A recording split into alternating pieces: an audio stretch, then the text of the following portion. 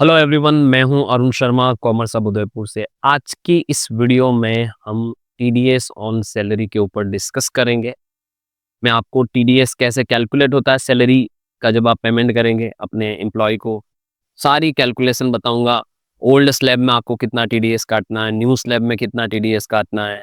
अगर टीडीएस सामने वाले डिडक्टी का आपके पास पैन नंबर नहीं हो तो उस केस में कितना कटेगा, कैसे आप एक्सेल में अपनी ड्राफ्टिंग कर सकते हैं, कैसे ऑटोमेटिक फार्मूला सेट करके आप टीडीएस की रिडक्शन का आइडिया लगा सकते हैं। एवरेज टैक्स रेट क्या होती है, ओके, सरचार्ज क्या होता है, सेस क्या होता है, उनका क्या रोल है टीडीएस के केस में, सैलरी के केस में, 192 के केस में हम कंप्लीटली बातें करने वाले हैं।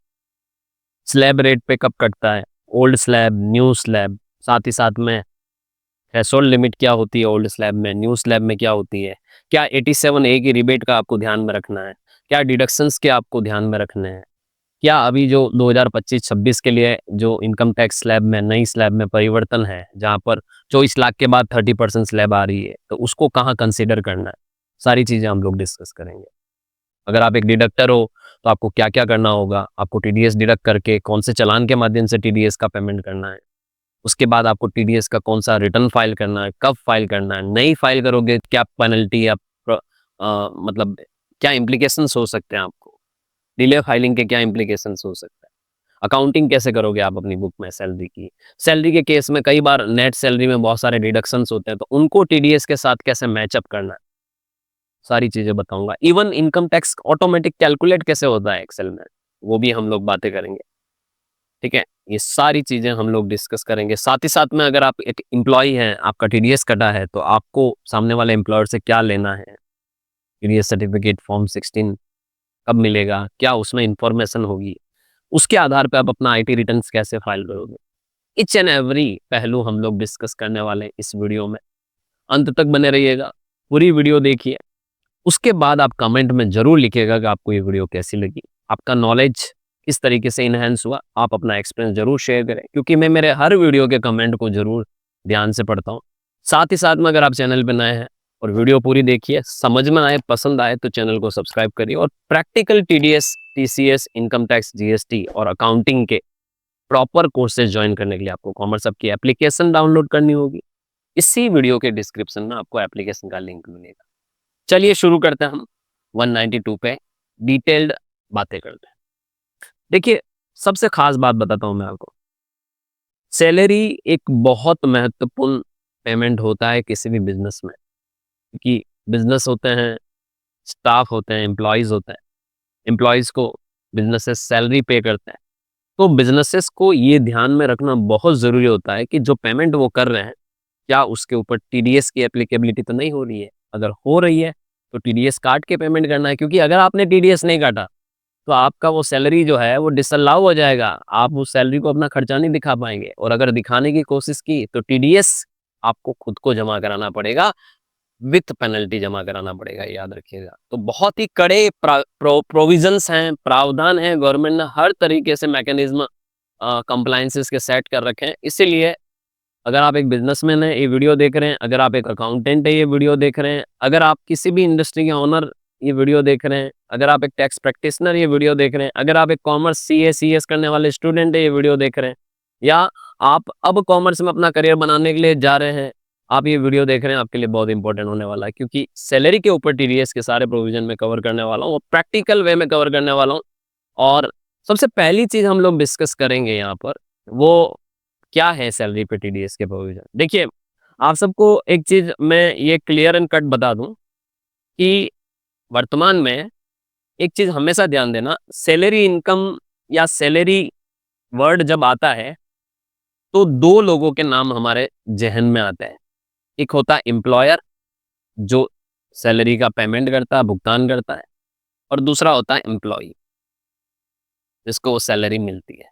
यानी वेरी सिंपल, जब हम इनकम टैक्स भी पढ़ाई करते हैं तो हमें जब सैलरी हेड सिखाया जाता है तो सबसे पहले हमें यही डेफिनेशन सिखाई जाती है टीचर लोगों के द्वारा, कि सैलरी मतलब एम्प्लॉयर एम्प्लॉई रिलेशनशिप होना चाहिए, लेने और देने वाले के बीच में।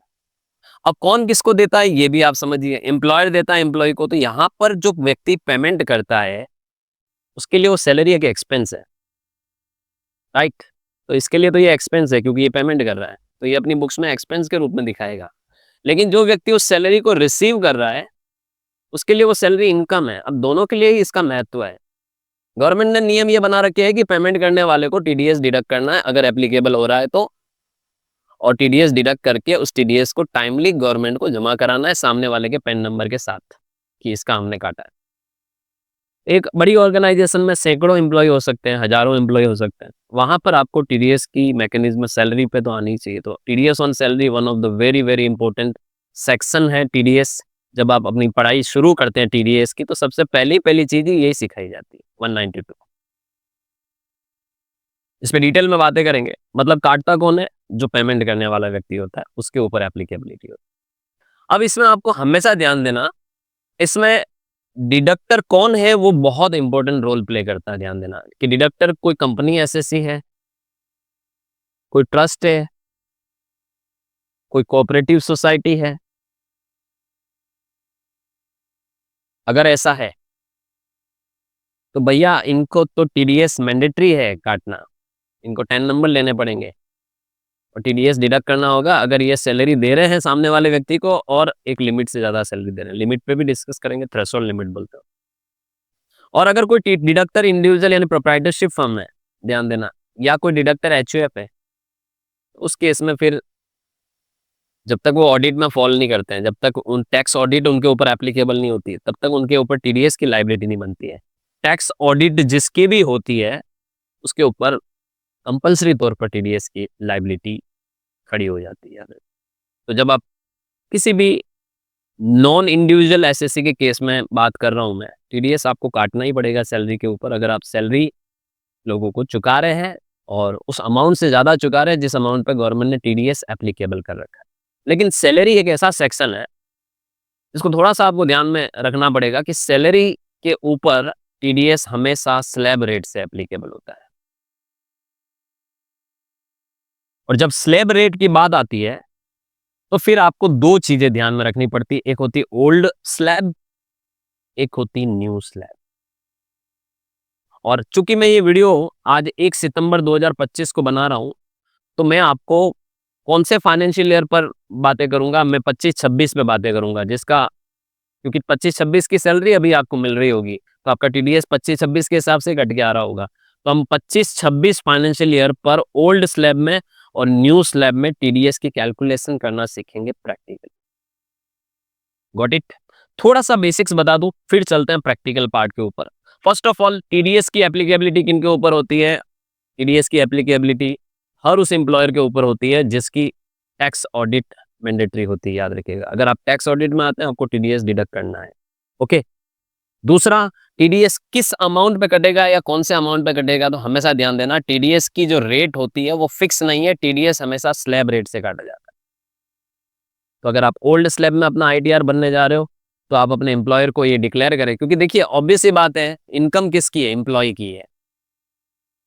एम्प्लॉय अपने एम्प्लॉयर को ये बताएगा कि सर मैं ओल्ड स्लैब में भरूंगा अपना आईटीआर या मैं न्यू स्लैब में भरूंगा, ये मेरे इन्वेस्टमेंट के प्रूफ है, ये मेरे एक्सपेंडिचर के प्रूफ है, मैं ओल्ड स्लैब में जा रहा हूं, आपको मेरा टीडीएस ओल्ड स्लैब के हिसाब से कैलकुलेट करना है। तो हमेशा ये डिक्लेरेशन एम्प्लॉयर को अपने एम्प्लॉय से ले लेना होता है कि वो ओल्ड में जा रहा है या न्यू में जा रहा है, क्योंकि ओल्ड और न्यू में टीडीएस उस कितना काटना है, डिफरेंट डिफरेंट स्लैब है, डिफरेंट डिफरेंट बेनिफिट्स हैं, डिफरेंट डिफरेंट एग्जेम्पशंस हैं या डिडक्शंस हैं जो ओल्ड और न्यू को सेपरेट करते हैं। तो उस चीज को हमेशा एम्प्लॉयर कंसीडर करेगा। और एम्प्लॉयर जब एम्प्लॉय को फॉर्म 16 भी इशू करेगा तो वो जो एम्प्लॉय ने डिक्लेरेशन दिया था उसके आधार पे फॉर्म 16 में सारा का सारा जिक्र होगा। याद। तो ये एम्प्लॉयर को हमेशा करना चाहिए कि एम्प्लॉय से डिक्लेरेशन ले कि वो कौन सी स्लैब में अपना आईटीआर भरेगा और उसी के आधार पर टीडीएस की डिडक्शन एम्प्लॉय करता है। टीडीएस हमेशा एक वर्ड है जो आप लोगों में से बहुत कम लोगों ने सुना होगा। टीडीएस हमेशा याद रखिएगा एवरेज टैक्स रेट से काटा जाता है। अब आपने ये जरूर अभी अभी मेरे से सुना कि भाई स्लैब रेट से कटेगा, लेकिन हमेशा एम्प्लॉयर को एवरेज टैक्स रेट निकालनी होती है। What is average tax rate? अब हम इसको कैसे निकालेंगे, चलिए मैं बताता हूं। एवरेज टैक्स के लिए 2 पॉइंट इंपॉर्टेंट है। पहला पॉइंट होता है एस्टिमेटेड इनकम। एम्प्लॉयर को अपने एम्प्लॉय की एस्टिमेटेड इनकम का पता लगाना होता है। वो कैसे लगाएंगे वो भी मैं बताऊंगा आपको। दूसरी चीज होती है estimated tax liability. Estimated income का जब पता लग जाता है तो एम्प्लॉयर को एम्प्लॉय की एस्टिमेटेड टैक्स लाइबिलिटी का पता लगाना होता है। ये भी कैसे लगाएंगे हम देखेंगे, ओल्ड में भी देखेंगे और न्यू में भी देखेंगे। और आई होप आपने ऐसी वीडियो कभी नहीं देखी होगी यूट्यूब कि ये एवरेज टैक्स रेट कैसे पता करेंगे, किस रेट से टीडीएस काटना है, स्लैब रेट से काटना है, ढेरों वीडियो मिलेगी। लेकिन एवरेज टैक्स रेट से एक एम्प्लॉयर अपने एम्प्लॉय की सैलरी इनकम में से टीडीएस का डिडक्शन करता है मंथली बेसिस पर, और वो कितना परसेंट से करेगा ये मैं आपको कैलकुलेट करना सिखाऊंगा। एस्टिमेटेड इनकम निकालना, एस्टिमेटेड टैक्स लायबिलिटी निकालना और उसके बाद एवरेज टैक्स रेट निकालना। और दोनों ही स्लैब में हम बातें करेंगे, ओल्ड में भी और न्यू में भी, राइट। तो चलिए हम थोड़ा सा प्रैक्टिकल पार्ट की तरफ चलते हैं। मैं आपको सबसे पहले थोड़ा सा टीडीएस का जो कॉन्सेप्ट है उस पर बातें कर लेते हैं। सेक्शन होते हैं इसमें 192 भी होते हैं, 3 भी होते हैं, 4 भी होते हैं, 5 भी होते हैं और 6 तक आपको टीडीएस और टीसीएस के सेक्शन देखने को मिलते हैं। 192 is belongs to salary, okay. और 2.5 लाख की थ्रेशोल्ड लिमिट मैंने जरूर लिखी हुई है, लेकिन ये ओल्ड स्लैब की थ्रेशोल्ड लिमिट है। न्यू स्लैब में थ्रेशोल्ड डिफरेंट होती है, स्लैब के अकॉर्डिंग थ्रेशोल्ड होती है कि आपको टीडीएस कब काटना है कब नहीं काटना है। जैसे अभी 25-26 फाइनेंशियल ईयर के लिए न्यू स्लैब में 4 लाख की थ्रेशोल्ड है, तो 4 लाख तक नहीं काटना है। अच्छा, ओल्ड स्लैब में भी 2.5 लाख की थ्रेशोल्ड 60 साल से कम उम्र वाले लोगों के लिए होती है। 60 से 80 साल में आते हो तो 3 लाख की थ्रेशोल्ड है। 80 साल से ऊपर सुपर सीनियर सिटीजन में हो आप, वेरी सीनियर सिटीजन में है, तो आपको 5 लाख तक टीडीएस की डिडक्शन नहीं करनी, क्योंकि बंदे का 5 लाख तक टैक्स ही नहीं बनने वाला है, right. Cooperative society, firm, company वगैरह के केस में 192 एप्लीकेबल नहीं होता, क्योंकि ऑब्वियस सी बात है वो अदर देन इंडिविजुअल असेसी होते हैं। सैलरी कभी भी इंडिविजुअल को ही मिल सकती है, तो ऐसे केस में सैलरी की जो इनकम होती है वो इंडिविजुअल की होती है। तो यहाँ पर 192 एप्लीकेबल इंडिविजुअल के ऊपर ही होता है, याद रखिएगा। हाँ, आप पेमेंट करने वाले हो सकते हैं, डिडक्टर की भूमिका में कंपनी हो सकती है, डिडक्टर की भूमिका में फर्म हो सकती है, पार्टनरशिप फर्म या एलएलपी, डिडक्टर की भूमिका में कोऑपरेटिव सोसाइटी हो सकती है, डिडक्टर की भूमिका में ट्रस्ट हो सकती है, लेकिन डिडक्टर की भूमिका में ये लोग नहीं हो सकते, क्योंकि आप सैलरी इनकम नहीं कमा सकते। आपने कभी सोचा है तिरुपति बालाजी मंदिर की सैलरी से 5 करोड़ की इनकम है? कभी नहीं सोचा, कभी सुना भी नहीं होगा। शिरडी साईं बाबा की ट्रस्ट की 5 करोड़ की इनकम है सैलरी की मंथली, आपने नहीं सुना ऐसा। क्यों नहीं सुना? क्योंकि उनकी सैलरी की इनकम हो ही नहीं सकती। आपने कभी सुना रिलायंस कंपनी की सैलरी की इतनी इनकम है? उनकी सैलरी इनकम हो ही नहीं सकती। वो बिजनेस इनकम हो सकती है, सैलरी इनकम नहीं हो सकती। सैलरी इनकम इंडिविजुअल की होती है। तो ऐसे केस में हम इंडिविजुअल के ऊपर बात करते हैं कि डिडक्टी कौन हो सकता है जिसका टीडीएस कट सकता है 192 के अंतर्गत, वो हो सकता है इंडिविजुअल, याद रखिएगा। यहाँ पर एक वर्ड बहुत इंपॉर्टेंट है जो भी हमें ध्यान में रखना है, कि अगर सामने वाले डिडक्टी का पेन नंबर अवेलेबल नहीं है डिडक्टर के पास। जैसे देखिए एक एग्जांपल बताता हूँ, मान लो ये XYZ करके एक कंपनी है प्राइवेट लिमिटेड, ठीक है। अब देखिए ये जब सैलरी देगी अपने किसी एम्प्लॉय को, जैसे मान लो मिस्टर यश है जिनको इनको सैलरी देनी है, तो हमेशा ध्यान देना एम्प्लॉयर अपने एम्प्लॉय से क्या डिमांड करेगा? पेन नंबर डिमांड करेगा, भैया आपका पेन नंबर दीजिए। अब कई केसेस में क्या होता है, एम्प्लॉय पेन नंबर नहीं देता है, कि कुछ भी रीजन है उसके पास कि मेरा मेरा पेन नंबर नहीं बना हुआ है, मैं ये हूँ वो हूँ, मेरा मेरे पास नहीं है पेन नंबर, या मैं नहीं देना चाहता। तो ये नियम होता है कि इस केस में 20% और हायर की रेट से टीडीएस काटा जाए। अब ये हायर क्या है, इस पे भी बातें करेंगे। 20% इस पे भी बातें करेंगे। एवरेज टैक्स रेट इस पे भी बातें करेंगे। इसको आप प्रैक्टिकल देखोगे तो ही समझ में आएगा, तो प्रैक्टिकल दिखाऊंगा मैं आपको, ओके। सो 20% या हायर की रेट से टीडीएस काटा जाता है। एक लाइन आगे दे रखी है, इसको भी जरूर पढ़ लेते हैं हम। In case of salary, tax is deductible at average rate applicable under new scheme, okay.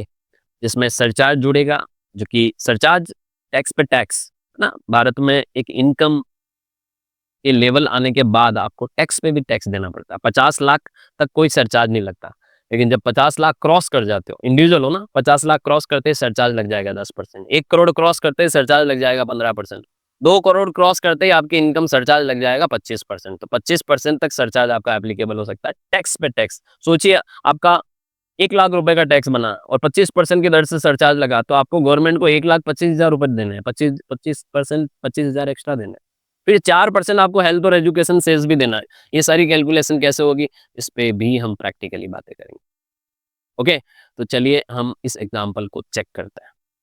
First of all मैं आपको थोड़ा ओल्ड और न्यू स्लैब के बारे में बता देता हूँ कि इस ईयर 25-26 में ओल्ड और न्यू स्लैब क्या क्या है, राइट। देखिए मैंने यहाँ पर एक एक्सेल की शीट में फाइनेंशियल ईयर 25-26 के लिए एक नॉर्मल व्यक्ति जिसकी उम्र 60 साल से कम है उसके लिए ओल्ड स्लैब यहाँ पर लिखी हुई है। समझा देता हूँ आपको। 2.5 लाख रुपए तक आपको कोई टैक्स नहीं देना, 0% में आते हो, एग्जेम्पशन में आते हो तो यहाँ पर टीडीएस भी नहीं कटता, याद रखिएगा। लेकिन 2.5 लाख से 5 लाख तक 5% की स्लैब है, तो ये जो बीच का मिडिल 2.5 लाख है, 2.5 से 5, उस पर आपका 5% 12,500 रुपए का टैक्स बन जाएगा। आप ये पकड़ के चलो कि 5 लाख तक आपका 12,500 का टैक्स बन गया। फिर 5 लाख से 10 लाख तक आपका 20% टैक्स लगेगा, तो जो बीच के 5 है उसका 20% 1 लाख, तो कुल मिलाकर ये है कि 10 लाख रुपए तक आपका 1,12,500 रुपए का टैक्स बनता है। सरचार्ज अगर एप्लीकेबल होता है तो वो भी होगा, सेस एप्लीकेबल होगा तो वो भी होगा। सरचार्ज हर हाल में नहीं होगा, सरचार्ज 50 लाख से ऊपर की इनकम पे ही होता है, लेकिन सेस हर हाल में होता है। 100 रुपए का भी टैक्स बना, 4 रुपए सेस के देने ही देने मुझे, 4%। और एक 10 लाख से ऊपर की इनकम पे आपको 30% टैक्स देना पड़ता है। अब इस एग्जाम्पल को हम समझते हैं प्रैक्टिकली, राइट। ओल्ड स्लैब, माना कि किसी व्यक्ति का, जैसे मैं यहाँ पर एक एग्जाम्पल ले लेता हूँ, जैसे ये एग्जाम्पल ले लेते हैं हम और इसको हम थोड़ा सॉल्व करते हैं ओल्ड स्लैब में, ठीक है। यहाँ पर कि भाई एक कंपनी है जिनका नाम है fusion IT solution private limited, ठीक है। मिस्टर हितेश हैं, दिस इज एग्जाम्पल 1 जो हम पढ़ने वाले, जो कि उस कंपनी में आईटी इंजीनियर है। इनकी 24 लाख रुपए पर एनम सैलरी है और मिस्टर हितेश ने कंपनी को बोला कि मैं ओल्ड स्लैब में जाऊंगा, डिक्लेरेशन दिया कि मैं ओल्ड स्लैब में अपना आईटीआर भरना चाह रहा हूँ, राइट। और आप मेरा ओल्ड स्लैब के हिसाब से टीडीएस का डिडक्शन करिएगा। अब आप समझिएगा, ओल्ड स्लैब में कोई भी व्यक्ति तब जाता है जब उसको कोई डिडक्शंस वगैरह लेने हो, एटीसी से एटीयू तक के। तो जैसे एटीसी में आपका 1.5 लाख तक का आप डिडक्शन क्लेम कर सकते हो। कोई सेल्फ ऑक्यूपाइड मकान पे आपका लोन चल रहा है, उस पर आपको इंटरेस्ट की बेनिफिट लेनी हो हाउस प्रॉपर्टी एड में, तब भी आप ओल्ड स्लैब में जाते हो। उसके अलावा मेडिक्लेम पॉलिसी का आपको एटीडी में बेनिफिट लेना है, आपको डोनेशन वगैरह आपने कोई दिया तो आपको एटीजी में बेनिफिट लेना है, आपको कोई ब्याज की इनकम हो रही है बैंक इंटरेस्ट की, टीटीबी टीटीए में आपको छूट लेनी है, आप विकलांग हो आपको एटीयू में छूट लेनी है। तो इस तरीके के जो बेनिफिट्स होते हैं, इनको कहते हैं डिडक्शंस, वो आपको ओल्ड स्लैब में मिलते हैं। तो कोई भी बंदा ओल्ड स्लैब में तभी जाएगा ना जब उसको बेनिफिट लेने हो, अदरवाइज वो कभी ओल्ड स्लैब में नहीं जाएगा। तो माना कि मैंने यहाँ पर एक एस्टिमेट निकाला है कि भाई 4 लाख रुपए के इसको डिडक्शन क्लेम करना, राइट, इसीलिए ओल्ड स्लैब में जा रहा है। तो आप समझिए, तो इसका मतलब डिडक्शन क्लेम करने के बाद इसकी जो टैक्सेबल इनकम निकल कर आएगी वो 20 लाख की निकल कर आएगी पूरे साल भर की। 24 लाख रुपए सैलरी इनकम है, 4 लाख के बंदा डिडक्शन ले रहा है, इसीलिए ओल्ड स्लैब में जा रहा है। तो 20 लाख की टैक्सेबल इनकम निकल कर आएगी। 20 लाख पे टैक्स कितना बनेगा? तो ओल्ड स्लैब में आप ये मान के चलिए अप टू 10 लाख, 10 लाख रुपए तक आपका 1,12,500 रुपए टैक्स बनता है अगर आपकी उम्र 35 साल है, क्योंकि आप उस केस में नॉर्मल पर्सन कहलाएंगे। अब आप समझिए कि यहां पर आपका ये टैक्स बना, ठीक है, और 10 लाख तक तो आपका 1,12,500 टैक्स बना, और 10 लाख से लगाकर 20 लाख तक तो 10 to 20 लाख, जो बीच के 10 लाख है उस पर 30% 3 लाख रुपए बनते हैं। यानी आप समझ लीजिए यहां पर आपका टोटल टैक्स बन गया 4,12,500। This is tax amount. अब टैक्स अमाउंट पे नियम होता है सरचार्ज का। अब 20 लाख कमाने वाले को तो सरचार्ज देना नहीं है, क्योंकि सरचार्ज की एप्लीकेबिलिटी तो 50 लाख के ऊपर आती है, तो ऐसे केस में सेस लग जाएगा। तो यहाँ पर आप ऐड कर दोगे हेल्थ और एजुकेशन सेस, जो कि 4% होता है, हमेशा ध्यान देना कितना होता है, 4%। तो इस 4,12,500 का 4% आपका सेस लग जाएगा। और अब अगर आप यहाँ पर इन दोनों की टोटल करते हैं टैक्स प्लस सेस की, तो आपका ये टोटल टैक्स बन जाएगा 4,29,000। तो ये मान के चलिए कि आपका 4,29,000 रुपए का टैक्स बन, ये एस्टिमेटेड टैक्स बनेगा आपका। एंड ये 20 लाख रुपए की जो टैक्सेबल इनकम मैंने लिखी, ये भी मैं एस्टिमेटेड वर्ड यूज कर रहा हूँ। तो मैंने आपको बोला ना कि भाई फ्यूजन को कितना टीडीएस काटना है मिस्टर हितेश की सैलरी में से, उसके लिए फ्यूजन को दो चीजों की कैलकुलेशन करनी पड़ेगी, और वो दो चीजों की कैलकुलेशन कौन कौन सी? एस्टिमेटेड इनकम और एस्टिमेटेड टैक्स।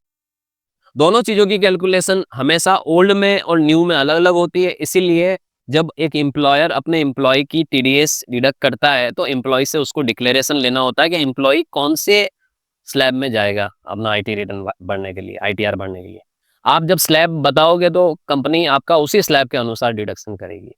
ओके, अब समझिए एवरेज टैक्स रेट क्या होती है। ये बहुत इंपॉर्टेंट चीज है जो मैं आपको सिखा रहा हूं। Average tax rate equal to estimated tax liability divide by estimated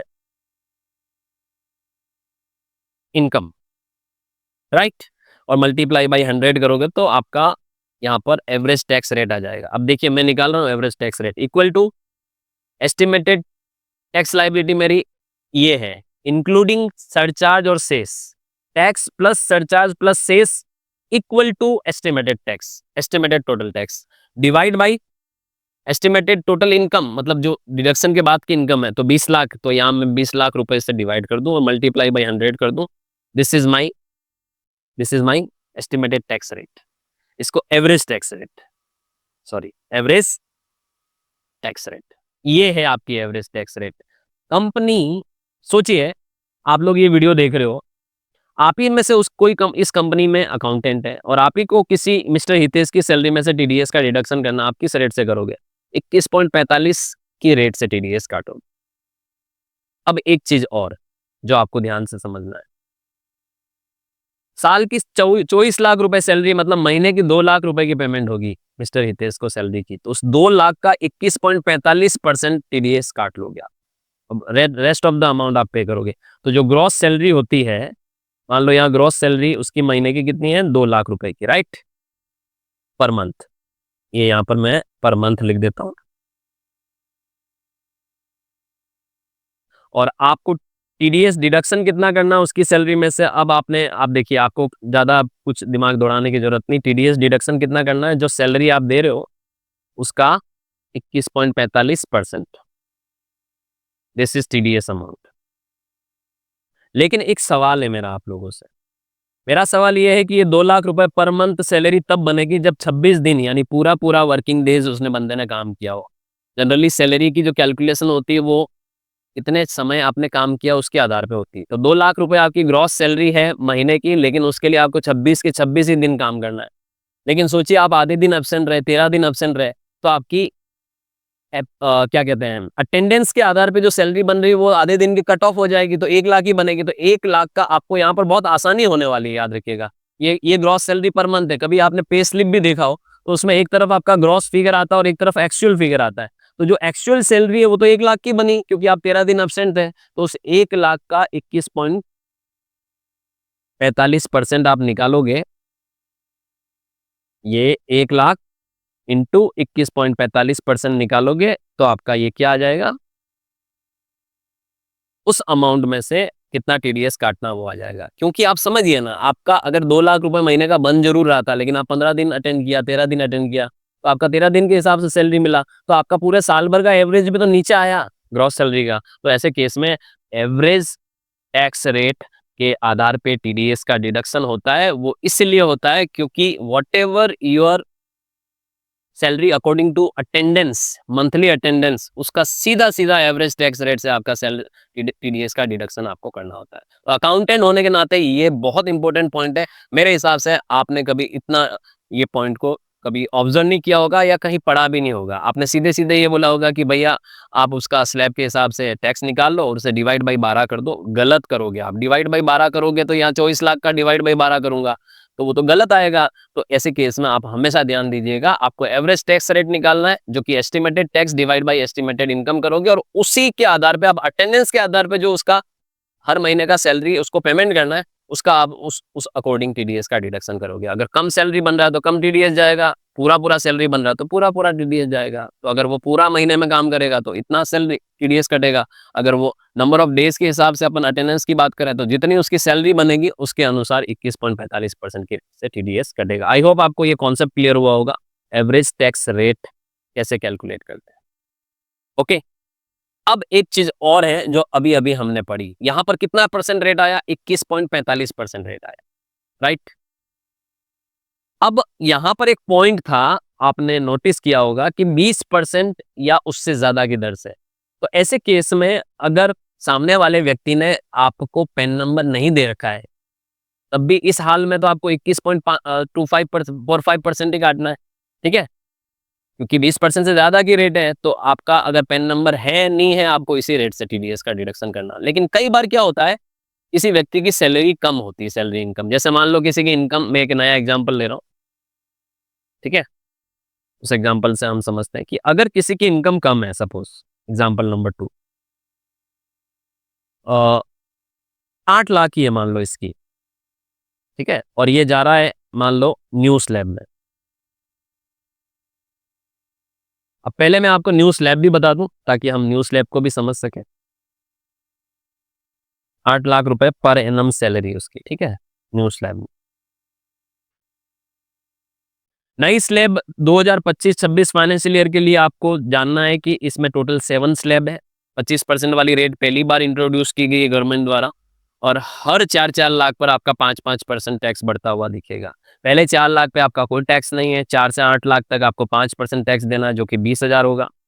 8 lakh से 12 लाख तक आपको 10% टैक्स देना है जो कि 40,000 होगा। 12 लाख से 16 लाख तक आपको 15% 60,000। 16 लाख से 20 लाख तक 20% 80,000। तो अगर आप यहाँ देखोगे 20 लाख तक आपका कितना टैक्स बन गया? 2 लाख रुपए का टैक्स बन गया।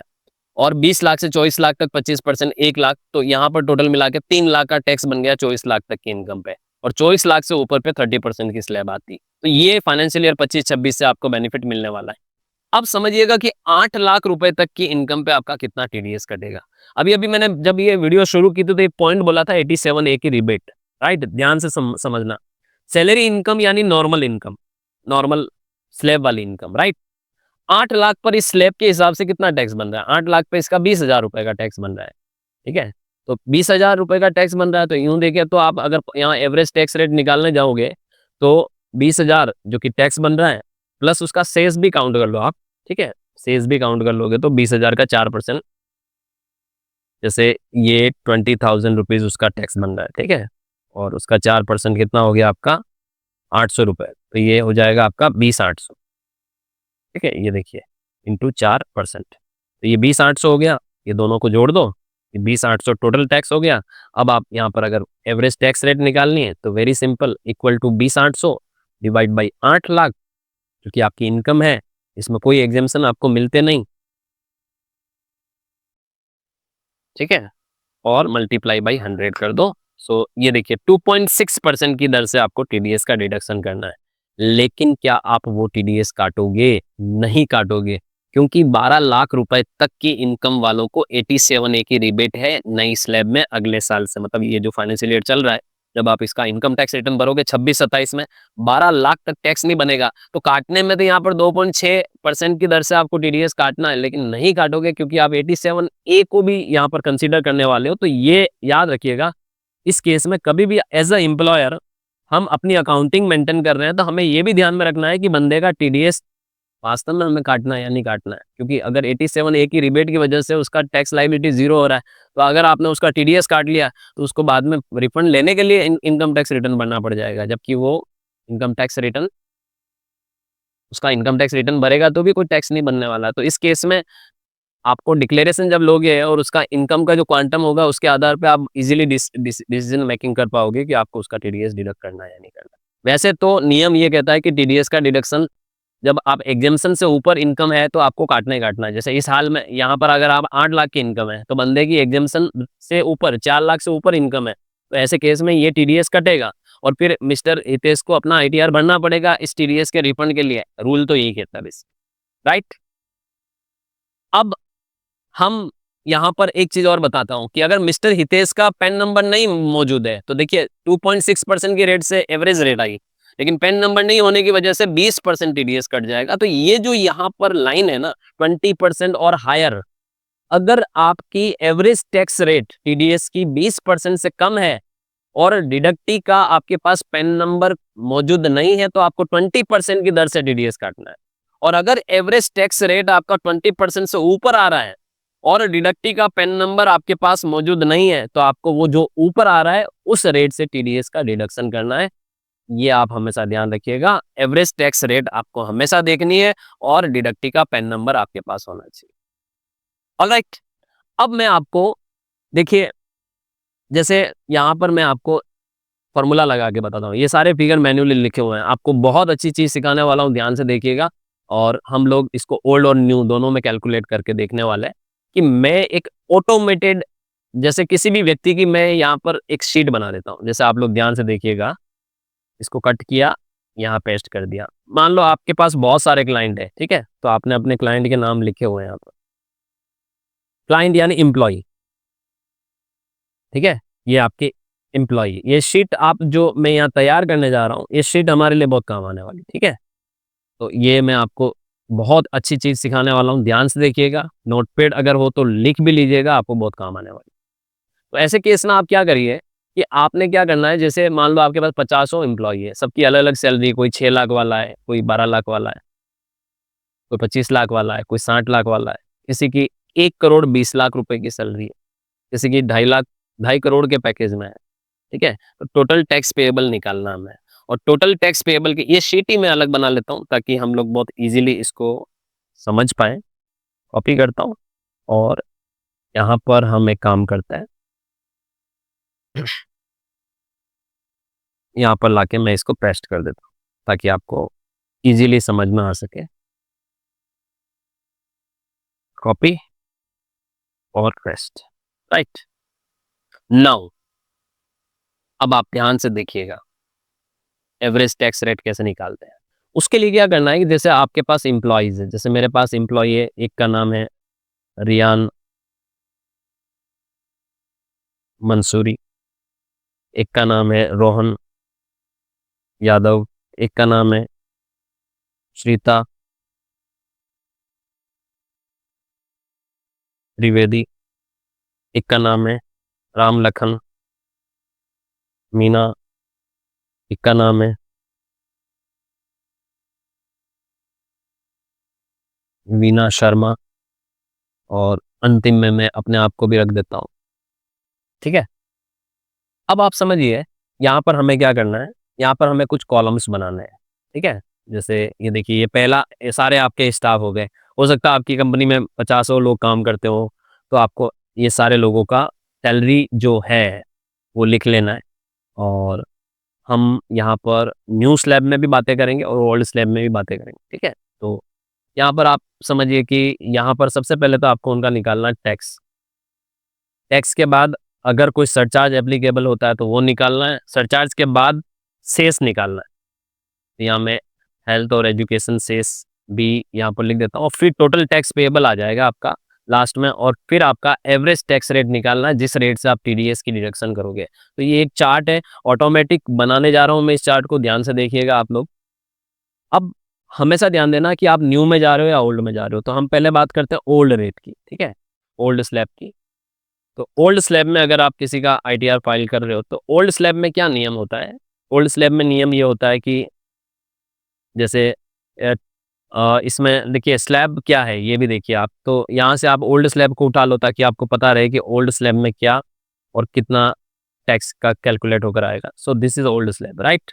तो ओल्ड स्लैब में क्या होता है कि अब आपको नजर भी आ रहा है यहाँ पर, ध्यान से देखिएगा। This is old slab. 2.5 lakh तक कोई टैक्स नहीं बन रहा है आपका, ठीक है। नॉर्मल व्यक्ति की बात कर रहा हूँ, क्योंकि अगर आप सीनियर सिटीजन में हो तो यहाँ पर आपका थोड़ा सा स्लैब बदलेगा। अगर आप सुपर सीनियर सिटीजन में हो तो स्लैब बदलेगा। 2.5 लाख तक कोई टैक्स नहीं, 2.5 से 5 लाख तक 5%, 5 से 10 लाख तक 20%, और 10 लाख से ऊपर 30%। फॉर्मूला बनेगा यहाँ पर, याद रखिएगा, इक्वल टू इफ, यदि, ठीक है। इफ्स फॉर्मूले का भी इस्तेमाल कर सकते हो, इफ्स। तो इफ्स में क्या होता है और इफ में क्या होता है, थोड़ा सा पैटर्न चेंज हो जाता है। मैं इफ फॉर्मूले का इस्तेमाल कर रहा हूँ, लॉजिकल कैलकुलेशन है कि अगर व्यक्ति की सैलरी, ठीक है, कम हो या बराबर हो 2.5 लाख के, तो कॉमा उसका tax 0, right. Comma again if, multiple if का मतलब नेस्टेड इफ का इस्तेमाल कर रहा हूं। अगर किसी की सैलरी कम हो या बराबर हो 5 लाख, ओके, तो हम क्या करेंगे, जो सैलरी होगी उसमें से पहले 2.5 लाख माइनस कर देंगे, क्योंकि 2.5 लाख तक तो कोई टैक्स नहीं बनने वाला है। बाकी के केस में हम 5% टैक्स लगाएंगे, तो ये 5%, राइट। वापस इफ ब्रैकेट, अगर किसी की सैलरी कम हो या बराबर हो, कम हो या बराबर हो, 5 के बाद 10 आता है, तो 10 लाख से कम हो तो क्या करोगे? तो जो भी सैलरी होगी उसमें से पहले 5 लाख माइनस कर देंगे, ठीक है, और फिर उसको मल्टीप्लाई करेंगे 20% से, क्योंकि 5 से 10 में आते हो तो 20% लगता है। लेकिन ये नहीं भूलना है कि 5 लाख तक का टैक्स भी बन चुका होगा, तो प्लस 12,500 कर दूं। और लास्ट यहाँ पर जो लॉजिक बनने वाला है वो बनने वाला है कि अगर आपकी 10 लाख से ज्यादा हो तो आप क्या करोगे, जो भी सैलरी होगी उसमें से 10 लाख माइनस कर दोगे और उसका 30% निकालोगे और 10 लाख तक का टैक्स जोड़ दोगे। ओल्ड स्लैब में होता है 1,12,500 रुपए। This is the formula under old slab, universal formula है, ये आप लिख भी लोगे, यही फॉर्मूला आपका यूज में आने वाला है। तो देखिए मैं इस फॉर्मूले से अभी सारा टैक्स निकाल के बताऊंगा। तो ये देखिए 6 लाख सैलरी वाले का ओल्ड स्लैब में इतना टैक्स बनता है, पकड़ कर ड्रैग करोगे 2.5 करोड़ सैलरी वाले का ओल्ड स्लैब में 73,12,500 रुपए टैक्स बनता है। आप कैलकुलेट करके भी देख लो, आपका यही आंसर आने वाला है। चलिए मैं बता भी देता हूँ आपको, 10 लाख तक 1,12,500 टैक्स बनता है। तो फिर 10 लाख अगर आप 2.5 लाख में से माइनस कर दोगे तो 2,40,00,000 बचते हैं। तो 2,40,00,000 का आपका 30%, तो दिस अमाउंट मल्टीप्लाई बाई 30% और उसमें आप 1,12,500 जोड़ दो, तो अभी जो आंसर आया वो निकल कर आ जाएगा आपका, ठीक है। तो इन दोनों को अगर मैं जोड़ूंगा तो मेरा 73,12,500 आया, ये 73,12,500। सो इस तरीके से आप देख सकते हैं, ऑथेंटिक तरीके से आप कैलकुलेशन कर सकते हैं। और ये मतलब वन टाइम एक्टिविटी है, याद रखिएगा। आपने एक बार फॉर्मूला लगा दिया, फिर आपको कुछ भी करने की जरूरत नहीं है, ऑटोमेटिकली आपका कैलकुलेट होकर आ जाएगा, टैक्स कैलकुलेट होकर आ गया। अब बात करते हैं सरचार्ज की। अच्छा, सरचार्ज का जो रूल है उसको भी मैं आपको थोड़ा सा बता देता हूं यहाँ पर, कि सरचार्ज का नियम क्या होता है कि अगर आपकी इनकम, ध्यान देना, अगर 50 लाख से कम है, ठीक है, तो सरचार्ज नहीं कटना है। लेकिन अगर आपकी इनकम 1 करोड़ से कम है, मतलब 50 लाख से 1 करोड़ के बीच में, तो 10% सरचार्ज कटना है। और अगर आपकी इनकम 2 करोड़ से कम है, मतलब 1 से 2 करोड़ के बीच में है, तो 15% सरचार्ज कटना है। और अगर आपकी इनकम 2 करोड़ या उससे ज्यादा है, तो 2 करोड़ से जैसे ज्यादा है, तो उस केस में आपका 25% सरचार्ज कटेगा। ये सरचार्ज के नियम होते हैं, ठीक है, ये रूल है। ये सरचार्ज की चारों स्लैब मैंने यहाँ पर ले ली। अब चलिए सरचार्ज की कैलकुलेशन भी कर लेते हैं हम यहाँ पर। ये सरचार्ज कैसे निकालोगे आप, ठीक है। सरचार्ज हमेशा टैक्स पे कैलकुलेट होता है, लेकिन सरचार्ज का जो बेस होता है वो इनकम होती है। तो ऐसे केस में आप क्या करोगे, इक्वल टू दिस इनकम, मतलब लॉजिकल कैलकुलेशन हो रही है तो इफ लगाओ आप, यानी अगर इनकम किसी की कम हो या बराबर हो 50 लाख, तो जीरो लगाते वक्त थोड़ा ध्यान रखना पड़ता है, कई बार गलती हो जाती है, अनजाने में भी हो जाती है, ठीक है। तो 50 लाख से कम इनकम है तो कोई सरचार्ज नहीं कटना है, जीरो, ठीक है। लेकिन अगर किसी बंदे की इनकम, वापस इफ इनकम कम हो या बराबर हो 1 करोड़, ये 1 करोड़, तो कॉमा, तो जो टैक्स होगा ना उसका उसका 10% सरचार्ज लगने वाला है, राइट, टैक्स का 10%। वापस इफ अगर किसी की इनकम कम हो या बराबर हो 2 करोड़ के, ये 2 करोड़, राइट, तो कॉमा, तो जो उसका टैक्स होगा ना उसका 15% सरचार्ज लगेगा, ठीक है। और वरना 2 करोड़ से ज्यादा हुई तो जो टैक्स होगा उसका 25% सरचार्ज लगेगा। ब्रैकेट क्लोज करो, ये सरचार्ज का फॉर्मूला, ये आपका, इसका तो कोई सरचार्ज नहीं निकल कर आएगा। अब आप सोचिए, यहां तक किसी का सरचार्ज नहीं बनने वाला, यहां से सरचार्ज बनेगा, यहां ज्यादा बनेगा, यहां और ज्यादा बनेगा, तो आप पकड़ के खींचो, सरचार्ज भी आ जाएगा आपका, ये सरचार्ज निकल गया, राइट। ये टैक्स और ये surcharge, this is the tax formula under old regime. मैं इसको कॉपी कर लेता हूँ, ठीक है, ये कॉपी, ये इधर मैंने पेस्ट कर दिया इस फॉर्मूले को। This is surcharge formula under old regime, copy. सरचार्ज तो ओल्ड और न्यू में सेम ही रहने वाला है, ठीक है। सेस और सरचार्ज के रूल सेम है, खाली टैक्स स्लैब के रूल बदल जाते हैं ओल्ड और न्यू में। तो ये आप देख सकते हैं, ये टैक्स का फॉर्मूला, और यहाँ पर आगे लिख देता हूँ ओल्ड स्लैब का फॉर्मूला है, न्यू में अलग बनेगा। सरचार्ज सारे केसेस में सेम बनने वाला है, ये सरचार्ज का फॉर्मूला, ठीक है। So it is very important, आपको टैक्स का नॉलेज तो होना ही चाहिए, लेकिन साथ में टूल्स का नॉलेज भी होना बहुत जरूरी है। जैसे एक्सेल मच नीडेड है, याद रखिएगा। एडवांस एक्सेल का कोर्स भी अवेलेबल है, इनकम टैक्स कंप्लायंस कोर्स भी अवेलेबल है, सारे आईटीआर फाइलिंग के सेपरेट सेपरेट कोर्स भी अवेलेबल है। तो आप लोग ये कोर्सेज परचेज करके अपनी स्किल्स को इन्हेंस कर सकते हैं, क्योंकि जब जितना ज़्यादा आपके पास स्किल होगा उतना आपके पास अपॉर्चुनिटीज़ और ग्रोथ की अपॉर्चुनिटीज़ ज़्यादा आएगी। तो ये सिर्फ मैं ऐसा नहीं कह रहा हूँ कि आप कोर्स मेरा ही खरीदिए, आपको जो टीचर अच्छा लगता है ना, आप उनके कोर्सेज खरीदिए, स्किल्स बढ़ाइए। लाइफ में आगे बढ़ने के लिए पढ़ना पड़ेगा और पढ़ते रहना पड़ेगा, और हमारा फील्ड ऐसा, हमें हर दिन पढ़ना पड़ेगा, राइट। जैसे मैं हर दिन पढ़ता हूँ, तो एवरी डे आपको पढ़ना पड़ेगा अगर आपको सच में अपने आप को एक्स्ट्रा ऑर्डिनरी डेवलप करना है। तो अब सेस की बात करते हैं। Now come to the cess. अब आप देखिए यहाँ पर सेस में बहुत सेस में ज्यादा कॉम्प्लिकेशन नहीं है, 4% सेस लगता है, and it is very clear कि वो 4% टैक्स प्लस सरचार्ज पे लगता है। तो आपको यहाँ एक सिंपल फॉर्मूला देना है, इक्वल टू ब्रैकेट जो टैक्स होगा बंदे का और जो सरचार्ज होगा, दोनों को हम जोड़ देंगे और मल्टीप्लाई कर देंगे 4% से। तो अगर टैक्स है तो सेस बनना ही बनना है, सरचार्ज भले ही नहीं भी हो तो भी सेस बनेगा, क्योंकि 32,500 तो है ना टैक्स, और आप पकड़ के ड्रैग करोगे तो ये आपका क्या आ जाएगा, ये आ जाएगा। अब ये देखिए, ये हम 5-6 लोगों के लिए कर रहे हैं, आपके पास 6,000 लोग हैं तो भी आप ऐसे कैलकुलेशन कर सकते हैं सबके लिए। अब टोटल टैक्स पेएबल में आप इन तीनों को जोड़ दो, ठीक है। तो ये देखिए, ये आपका सेस का फॉर्मूला बन गया, ठीक है। अब आप इन तीनों को जोड़ दो, तो बहुत ही सिंपल है, आप तीनों को सेलेक्ट करो, इसको एक्स्ट्रा सेलेक्ट करो और ऑल्ट प्लस इक्वल टू करो, तो ये टोटल आ गया आपका, और इसको पकड़ के ड्रैग करो तो इस सबका टोटल टैक्स निकल कर आ गया। तो हमारे पास अब टोटल टैक्स आ चुका है। अब हमें एवरेज टैक्स रेट निकालनी है, तो बड़ा सिंपल है, एवरेज टैक्स निकालना है। टोटल टैक्स पेएबल है आपके पास, सैलरी इनकम जो कि आपकी एस्टिमेटेड इनकम मानी जाएगी। तो ऐसे केस में आप क्या करिए, equal to this amount total tax payable divide by salary income और मल्टीप्लाई बाई 100 करिए, आपकी किस रेट से टैक्स काटनी है। देखिए, पहले वाले व्यक्ति की आप 5.63% से टैक्स टीडीएस काटेंगे, दूसरे वाले व्यक्ति की आप 14.95% से टैक्स टीडीएस काटेंगे, तीसरे वाले व्यक्ति की आप 23.4% से टीडीएस काटेंगे, चौथे वाले व्यक्ति की आप 30.74% से टीडीएस काटेंगे, पांचवें वाले व्यक्ति की आप 34% से टीडीएस काटेंगे, और छठे वाले की 38% टीडीएस काटेंगे। तो आपने अब तक हमेशा ये सीखा है कि टीडीएस जो है वो हमेशा स्लैब रेट के अनुसार काटना है, लेकिन यहाँ पर आपके पास ये चार्ट होगा तो आपके लिए बड़ा कंफर्ट होगा कि हर महीने उनकी सैलरी जितनी भी बन रही है उसमें से इतना % हमें काटना है, ये चार्ट आपको बता देगा। और इस चार्ट में भी आप अटेंडेंस वाले चार्ट को साथ में जोड़ दोगे तो यहाँ जो सैलरी इनकम निकल कर आएगी वो अटेंडेंस के आधार पर निकल कर आएगी, और उसी से ये आपका टोटल कितना टीडीएस आपको काटना वो निकल कर आएगा। ये बहुत इंपॉर्टेंट शीट मैंने आपके सामने बताई है, आई होप आपको ये समझ में आई होगी। अब ओल्ड से चलते हैं न्यू की तरफ। एक पॉइंट और है जो अपन कवर करेंगे कि न्यू स्लैब में आपका इनकम टैक्स का फॉर्मूला कैसे बनेगा।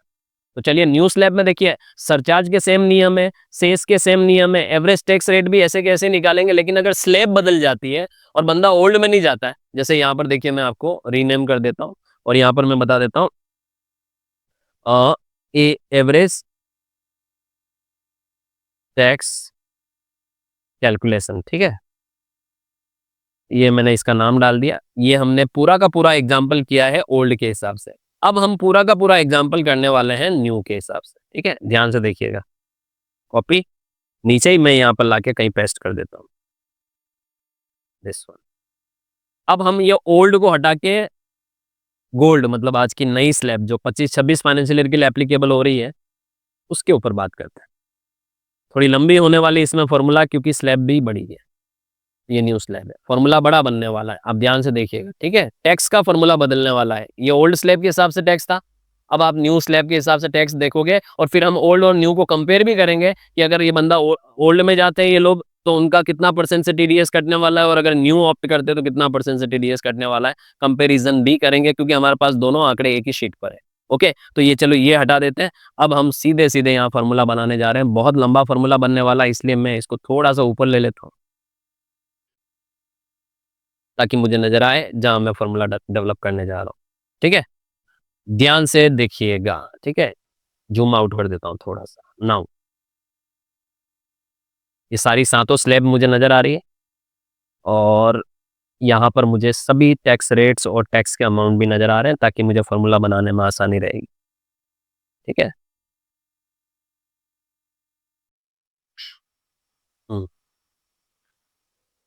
Equal to if bracket income कम हो या बराबर हो 4 लाख के पहली स्लैब, नज़र यहाँ रखना, पहली स्लैब, तो टैक्स 0 होगा। वापस इफ ब्रैकेट इनकम, दूसरी स्लैब क्या है? दूसरी स्लैब है 8 लाख, तो 8 लाख से कम हो तो कॉमा, तो जो भी इनकम होगी उसमें से पहले पिछली वाली इनकम की स्लैब को माइनस कर देंगे, जैसे 4 लाख को हम माइनस कर दें और 5% हम टैक्स लगाएंगे क्योंकि जो 8 लाख तक 5% लगने वाला है, ये सेकंड स्लैब में 5% लगने वाला है। पहली स्लैब का अमाउंट माइनस करोगे आप, ये 5%, ठीक है?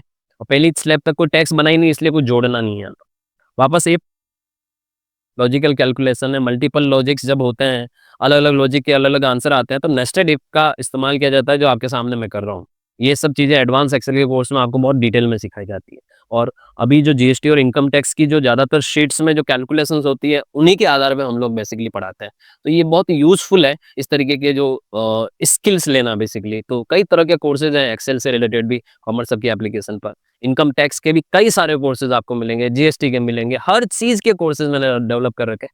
तो वो आप एक्सप्लोर करिए, अच्छा लगे तो परचेज़ कर लीजिए। इसी ये जो क्लास है वो कोर्स का पार्ट बनने वाली है। तो बहुत लोग ये भी कहते हैं कि सर यूट्यूब पे हमने आपका वीडियो देखा, अच्छा लगा, कोर्स में क्या पता कैसे वीडियो होंगे। तो भैया ये जो क्लास है ना, जो यूट्यूब पे डल रही है, वो कोर्स का पार्ट ही है। तो यूट्यूब पे तो जैसे हम बहुत सारी वीडियो डेवलप करते हैं, 25-30 वीडियो में से एक वीडियो आपका हम डालते हैं यूट्यूब के ऊपर। बाकी सारी कोर्सेज़ में वीडियो अपलोड होती है, रेगुलर बेसिस पे अपडेट होती रहती है और कई सारी एक्सक्लूसिव वीडियो हम प्रीमियम मेंबर्स के लिए भी बनाते हैं। तो आप मेंबरशिप भी जॉइन कर सकते हो यूट्यूब के ऊपर, जहाँ पर आपको प्रीमियम जो केस स्टडी होती है क्लाइंट्स की, वो हम लोग डिस्कस करते हैं। तो वो वीडियो भी आप एक्सप्लोर कर सकते हैं। चलिए आगे बढ़ते हैं। यहाँ पर आपने 8 लाख तक देख लिया। अब वापस बात करते हैं। अगर आपकी इनकम कम हो या बराबर हो 12 लाख के, 8 के बाद 12 लाख का नंबर आया, ठीक है? ये 12 लाख, जीरो बहुत इंपॉर्टेंट है, ध्यान देना, जीरो को थोड़ा ध्यान से लगाना। तो कॉमा, तो हम क्या करेंगे, जो ये इनकम होगी उसमें से 8 लाख माइनस कर देंगे पिछली वाली स्लैब का और फिर करंट स्लैब की टैक्स रेट को मल्टीप्लाई करेंगे और पिछली स्लैब तक जो टैक्स बना उसको जोड़ देंगे। तो भाई 8 लाख तक 20,000 टैक्स बन गया होगा, तो ये 20,000 मैं यहाँ जोड़ दूंगा, कॉमा, वापस इस ब्रैकेट। अगर आपकी इनकम कम हो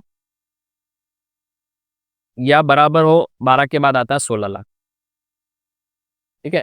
ये 16 लाख, यहाँ मैं ऊपर फॉर्मूला बनता जा रहा है, आप देख सकते हैं, कॉमा, तो 16 लाख से कम है तो क्या करोगे आप? तो आप पहले क्या करोगे, पिछली स्लैब वाली स्लैब को माइनस करोगे। तो B22 में से हम माइनस कर देंगे 12 लाख, ठीक है? ये 12 लाख माइनस कर देंगे और फिर हम 16 लाख तक हैं तो 15% लगेगा, तो 15% लगाएंगे और 12 लाख तक का जितना टैक्स बना होगा, तो देखिए 12 लाख तक यानी 60,000 टैक्स बन गया होगा, उसको यहाँ जोड़ देंगे। फिर वापस ये ब्रैकेट, तो 7 लॉजिक है तो 6 बार इफ लगने वाला है, तो 1 2 3 4 और ये 5, यानी एक बार और लगेगा। जितने लॉजिक होते हैं उससे एक, मतलब 7 लॉजिक है तो 6 बार लगेगा, 5 लॉजिक है तो 4 बार लगेगा इफ, और जैसे यहाँ 7 लॉजिक है तो 6 बार इफ लगेगा। छठे का जो फॉल्स पार्ट होगा वो 7वें का ट्रू पार्ट होगा। तो ऐसे हम नेस्टेड इफ फॉर्मूला सेट करते हैं बेसिकली। तो अगला है हमारा B22 कम हो या बराबर हो 16 के बाद आता है 20 लाख, ठीक है? तो ये आप यहाँ पर 20 लाख लिखोगे। फिर क्या करोगे, B22 में से आप माइनस कर दोगे 16 लाख, पिछली वाली स्लैब का फिगर माइनस कर देंगे और करंट स्लैब का टैक्स रेट यहाँ मल्टीप्लाई करेंगे और पिछली स्लैब तक जो टैक्स अमाउंट बना होगा, जैसे 16 लाख तक जो टैक्स अमाउंट बना होगा, 60 और 60 120, तो 1,20,000 हम यहाँ पर जोड़ देंगे, राइट, कॉमा, और ये अब लास्ट बार इफ लग रहा है। अगर किसी की इनकम कम हो या बराबर हो 24 लाख, ठीक है, तो हम क्या करेंगे, उसकी इनकम में से पहले पिछली स्लैब माइनस कर देंगे 20 लाख और यहाँ कितना परसेंट टैक्स लगेगा, 25% लगेगा, वो जोड़ देंगे और पिछली स्लैब तक जितना टैक्स बना होगा, 2 लाख का टैक्स बना होगा, देखिए, तो 2 लाख यहाँ पर जोड़ देंगे। कारण 25% तो लगना है करंट पर और 20 लाख क्रॉस किया होगा तभी तो वो 24 लाख की स्लैब में जा रहा है, तो 20 लाख तक का टैक्स जोड़ दिया जाएगा। ठीक है, और अब सबसे लास्ट में आप देखिए कि अगर ऐसा नहीं हो और वो 24 लाख को भी क्रॉस कर जाए तो हम क्या करेंगे, जितनी भी इनकम होगी उसमें से 24 लाख माइनस कर देंगे और उसको मल्टीप्लाई कर देंगे 30% से, और 24 लाख तक का 3 लाख रुपए टैक्स बनता है उसको जोड़ देंगे। अब आप समझिए एक्सेल कितना इंपॉर्टेंट होता है, इतने सारे, इतना लंबा फॉर्मूला बनेगा तब जाके आंसर आएगा, और ये परमानेंट आंसर है, याद देखिएगा। यहाँ देख सकते हैं आप, इसका टैक्स आ गया, उसको पकड़कर ड्रैग करिए, आपकी नई स्लैब में टैक्स निकल कर आ जाएगा। आप इसको एक्सप्लोर ऐसे भी कर सकते हैं कि देखिए 24 लाख तक 3 लाख का टैक्स तो बनता ही है। अब मान लो 2.5 करोड़ की इनकम है, तो 2.5 करोड़ में से 24 लाख माइनस कर दो तो आपका बचता है 2 करोड़ और 26 लाख रुपए। ठीक है, तो 2 करोड़ 26 लाख का आपका इक्वल टू ये 2 करोड़ 26 लाख का 30% आपका ये टैक्स बनेगा, और प्लस आपका 3 लाख का वो पहले वाला 24 लाख तक का जो टैक्स है वो जोड़ दो। आप इन दोनों को जोड़ोगे तो आपका ये जो फिगर आ रहा है 70,80,000, यही 70,80,000 यहाँ कैलकुलेट होकर आया, मतलब आपका फॉर्मूला सही है। ओके, इस तरह से आप अपने फॉर्मूले की चेकिंग भी कर सकते हो। This is your formula. Sir इतना बड़ा फॉर्मूला हमने कभी नहीं देखा, लेकिन बनता है। सिचुएशनल जब चीजें चेंज होती है तो इस तरीके के आपको फंक्शंस क्रिएट करने पड़ते हैं, अपनी सेफ्टी और अपने कंफर्ट के लिए आपको ऐसे फॉर्मूले बनाने पड़ते हैं। अब आप देखिए मैंने ये फॉर्मूले को यहाँ पर सेट किया, इतना बड़ा फॉर्मूला ये बन गया आपका। नई स्लैब में फाइनेंशियल ईयर 25-26 में आपका इनकम टैक्स निकालने का ये फॉर्मूला है। आप लोग इसका स्क्रीनशॉट भी ले सकते हैं, आप लोग इसको कहीं नोटपैड में लिख भी सकते हैं, और इसकी प्रैक्टिस करिए और सीखते रहिए। आई होप आपको ये वीडियो अच्छी लगी होगी। अच्छा, एक चीज और समझिए, आप यहाँ पर मैंने निकाला, राइट। अब एवरेज टैक्स रेट ऑटोमेटिक निकल कर आगे देखिए। ओल्ड स्लैब में आपकी पहले वाली व्यक्ति की आप टीडीएस कितनी काटोगे, 5.63, और न्यू स्लैब में कितनी काटोगे, 1.73, और ओल्ड स्लैब में आप लास्ट वाले व्यक्ति की 38.02% काटोगे, न्यू स्लैब में आप 36.81% काटोगे। तो डिफरेंस है, क्योंकि स्लैब में डिफरेंस। सो ये इस तरीके से हम टीडीएस कैलकुलेट करेंगे अंडर सेक्शन 192 के अंतर्गत। सैलरी के ऊपर हमेशा स्लैब रेट से टीडीएस लगता है, ये आपने जरूर सुना, लेकिन हर व्यक्ति जो आपके यहाँ नौकरी कर रहा है उसका सेम टीडीएस नहीं कटेगा, इसलिए उसकी एवरेज टैक्स रेट कैलकुलेट करनी पड़ेगी, और एवरेज टैक्स रेट निकालने के लिए उसका total tax payable divide by the total estimated income multiply by 100। Average tax rate से आप टीडीएस की रिडक्शन करोगे, नंबर ऑफ प्रेजेंट डे के आधार पर आप टीडीएस की डिडक्शन करोगे, यानी उसकी अटेंडेंस के आधार पर टीडीएस कैलकुलेट होगा। लेकिन आपके पास जब रेट होगी, आपके पास जब इस तरीके की शीट होगी, आपके पास जब ओल्ड और न्यू दोनों की शीटें तैयार होगी, तो फिर आपके लिए बहुत काम आसान हो जाएगा कि आपने खाली क्या करना है, जो अमाउंट उसका बना उसको डायरेक्ट इस रेट से मल्टीप्लाई करके उसकी इनकम में से टीडीएस काट देना। अब देखिए मैं आपको एक गणित बताता हूं जो आप ध्यान से देखिएगा, ठीक है। जैसे देखिए अरुण शर्मा का ही एग्जांपल लेते हैं अपन, 2.5 करोड़ रुपए सैलरी, ठीक है। एक एम्प्लॉय है जिसकी एनुअल इनकम 2.5 करोड़ है, ठीक है, ये 2.5 करोड़। अगर आप 2.5 करोड़ को डिवाइड बाई 12 करो तो महीने का उनका कितना सैलरी उनको जाना चाहिए वो आ जाएगा 20,83,333 रुपए। ये तो हो गई उनकी पर एनम इनकम, ये हो गई उनकी पर मंथ सैलरी इनकम, ठीक है। और उनका टीडीएस कितना काटना आपको पर मंथ, तो आपको यहाँ क्या करना, equal to this amount multiply by direct the TDS rate, ये 36.81, ठीक है। तो ये टीडीएस एवरेज टैक्स रेट निकल कर आ जाएगी, तो ये टीडीएस डिडक्शन आपका यहाँ पर निकल कर आ जाएगा। एक मिनट, क्या किया हमें, परसेंटेज लगाने हैं, सो ये टीडीएस कट जाएगा, ठीक है। 20,83,000 में से 7,67,000 रुपए का टीडीएस आपका कट जाएगा। इन हैंड सैलरी कितनी आएगी उनकी, ठीक है, क्योंकि देखो बड़ा अमाउंट कट रहा है। कितना कितना बड़ा अमाउंट कट रहा है, क्योंकि यहाँ परसेंटेज लिखा हुआ नहीं है ना, 36.81%, तो इस अमाउंट का 36.81% इतना आ रहा है, तो उनका इन हैंड सैलरी कितना आएगा, इसमें से आप ये माइनस कर दो, ये इन हैंड सैलरी आ जाएगा, ठीक है। अब आपके जहन में एक सवाल होगा कि सर एंट्री मेरी बुक्स में क्या होगी, तो आपकी बुक में एंट्री होगी सैलरी अकाउंट डेबिट। ये मैं सिंपल तरीके से बता रहा हूँ, हालांकि इसमें भी बहुत सारे पेज होते हैं, ठीक है। ये आपका सैलरी अकाउंट डेबिट हो जाएगा ग्रॉस सैलरी से, टू टीडीएस ऑन सैलरी आ जाएगा आपका, जो कि अंडर सेक्शन 192 आ जाएगा कितना, 7,63,000 रुपए। और to TDS to salary payable आ जाएगा, जो आपको उनको पे करनी है, ठीक है, वो कितना आ जाएगा, 13,16,333 रुपए। एक बड़ा अमाउंट टीडीएस का इसलिए कट रहा है क्योंकि टैक्स भी तो बड़ा बन रहा है बंदे का। तो ये उनकी मंथली सैलरी की, उनकी आपकी बुक्स में एंट्री होने वाली, एम्प्लॉयर की बुक में ये एंट्री होने वाली।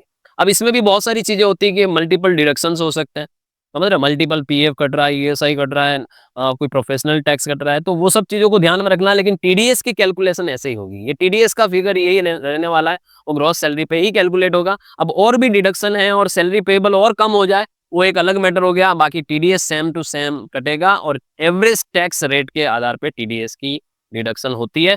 आई होप आपको ये वीडियो बहुत अच्छी लगी होगी। सेक्शन 192 के अंतर्गत सैलरी पर टीडीएस काटा जाता है एम्प्लॉयर द्वारा अपने एम्प्लॉय की सैलरी पर, वो स्लैब रेट के अनुसार टीडीएस एप्लीकेबल होता है और उसके लिए आपको एवरेज टैक्स रेट कैलकुलेट करनी पड़ती है और उसके आधार पे आपको टीडीएस काटना पड़ता है। साथ ही साथ में जब आप टीडीएस काटते हो तो आपको जिस भी महीने में आपने टीडीएस काटा है, अगले महीने की 7 तारीख तक ITNS 281 के माध्यम से गवर्नमेंट को जमा कराना पड़ता है, जो कि टीडीएस का चालान माना जाता है।